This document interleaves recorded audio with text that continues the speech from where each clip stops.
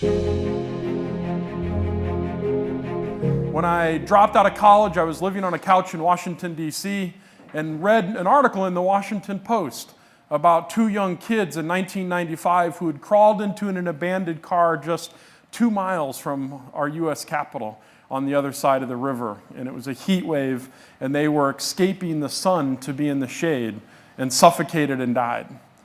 Aisha was 4 years old, and her younger brother, Clendon, was 2 years old. And what struck me about the article was several things.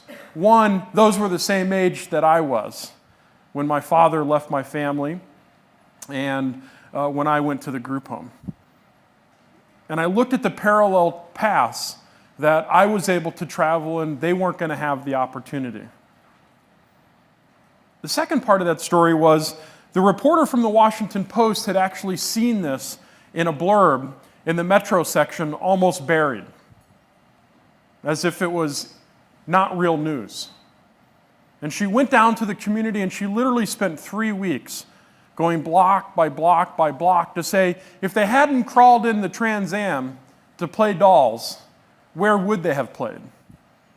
And she couldn't find a park, a swimming pool, a basketball court, a gymnasium, a field house, a playground within 3 miles of where these kids were at. And she wrote this glaring front page headline that said, "No place to play." And so I didn't start out to actually start an organization or to do what I'm doing now. I simply went down to Anacostia in Livingston Manor to try to build one playground for myself to try to give Aisha and Clendon the childhood that they deserved. In 18 years, as Tina talked about, we're very fortunate to have built.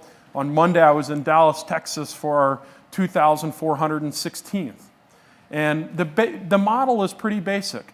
We find deserving communities across the country that are generally non-public agencies like battered women's shelters, hospitals, boys and girls clubs, YMCAs, Salvation Armies, people who are caring for all kids, not just some kids.